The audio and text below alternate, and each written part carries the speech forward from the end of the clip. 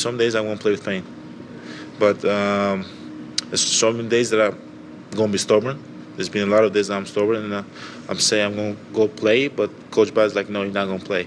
So it's a battle, but I think they've done a great job just keeping me healthy all year and pulling me away from the game when I needed it the most.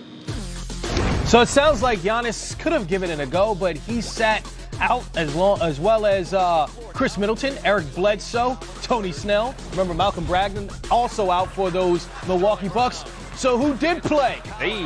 How about Sterling Brown? Closing this one out late in the fourth. Bucks ahead by 3, but it's the rookie, Trae Young, with the absolute dime to Justin Anderson. Wahoo wah. Then Pat Connaughton. With the finish. Cut that thing off the rim. 17 and 12 for Connaughton. Under 30 seconds remaining. It's Trae Young coming up with the offensive rebound and finding the turf. Alex Len, 23 for the center. Sterling Brown for the win. Oh, that's no bueno. Fellas, we go into overtime, extra session. Again, Young to Len. Yeah. Ryan, wouldn't you love to play with a guy like Trae Young finding you? Played with Jason Kidd, Chris Paul, Rajon Rondo. You did play with a guy like that. I had a couple of them, man. So Trae Young with the big bucket, Hawks up 1, but on the other end, Sterling Brown, 27 points for him. Bucks take a 1-point lead, then Young. Oh, my goodness. Right place, right time, right touch. How about that? The game winner for Trae Young. What's crazy is he didn't have his best shooting night. He saved his best shots for last. 5 for 19 from the field. Those 16 assists really led the way. The Hawks get the win 136-135 in overtime. Here's Ice Trae Young. The ball just found my hands. It was originally drawn up for John to get a lob at the rim, get a quick shot. But the ball just found me and God put it through. I say twice because with 7 seconds to go, you were 3 of 17 from the floor. Now, you had 16 assists, but you're trapped in the corner. How did you get the baseline to get that bucket and score, which was clutch? I just took my time. I didn't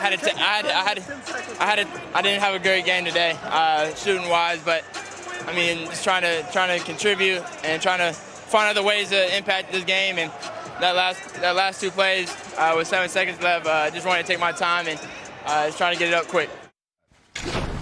All right, fellas, so let's start with the Milwaukee Bucks because we listed the guys that didn't play. But how about Tim Frazier in this overtime game, playing 53 minutes, 20 points, 15 assists, okay? Sterling Brown, 33 minutes, 27 points, 5 for 10 from three-point range. Then Pat Connaughton and George Hill, both coming off the bench. GA, what do you make of this rotation considering they're going into the postseason without Brogdon? Well, I think it gives them a lot of confidence that guys like Brown and Frazier can step up. Now, they're not going to be asked to do the same things in the postseason, but what happens is when you get your bench guys that play at a high level, it gives everybody on the team confidence. So even though they lost this game, if you're going to lose a game and you got all those starters out, this is where you want to lose. Where you it comes down to the last possession. Now, I'm sure that Budenholzer was going to get on them defensively. They had some lapses. They had some struggles. But overall, every night they took the floor with a chance to win this game with a depleted roster. And so they're going to feel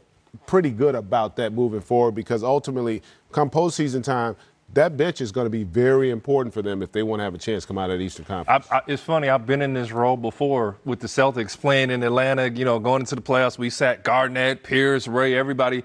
And the minutes and experience that you get in a game that ends up going down to the wire, even though it is the Atlanta Hawks, they're so valuable. Sterling Brown is a guy who's going to play minutes in the playoffs and potentially very valuable minutes. So putting the ball in his hands, the coaching staff is still running the same plays, getting the same sets. And now a guy like Sterling Brown, Tim Frazier, those guys get valuable experience, and you never know when you could be called upon. And the expectations don't change. Yep. See, that's the difference. Like, they went into the game expecting to win. So they're going to be disappointed that they didn't win the game, but they're going to be comforted by the fact that they know they can count on those guys in critical junctures. Over the course of a playoff run, you're talking about potentially playing 28 games. Yeah. You're going to have 4 or 5 games where the bench is going to determine the outcome of the game.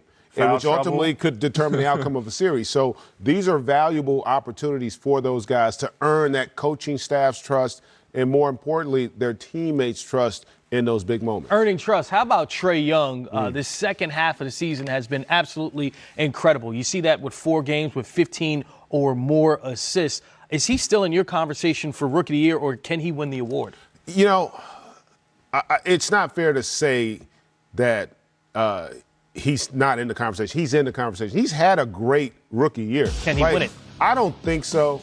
And part of it is because the first half of the season, it wasn't close. And the reality is, even though his numbers have been terrific and he's been really good, like 8 assists a game. It's not a knock on him. He has been really good for them all season long. It's just that other guy, man, is at another level. Like right now, you're looking at a guy like Luka Doncic going into next year. I'm thinking he's going to have a chance to be an All-NBA player. Yep. I'm not thinking that about Trae yet. Mm-hmm. You know, and I'm a huge Trae. You know, I love Trae Young. I think he's going to be a terrific player, and I think the Hawks are happy. But Doncic, I think, is still going to ultimately win the award. But it doesn't take away anything from what Trae has done, especially the second half of the year where he has played his best basketball, which is even more positive if you're a Hawks fan, because it's harder to do that as a rookie, to play your best basketball the second half of the season. And what's ironic about it is he did the opposite in college. He had that terrific start to the first half, and in the second half, he kind of fell apart. Caught on, yeah. So this is really positive for him moving forward. Certainly a building block you can build a franchise around. The Nuggets have one of those guys, and Nikola Jokic, he's just chilling. Looks like he's ready to ball out against the Washington Wizards. Talk about him next. You're watching Game Time Live.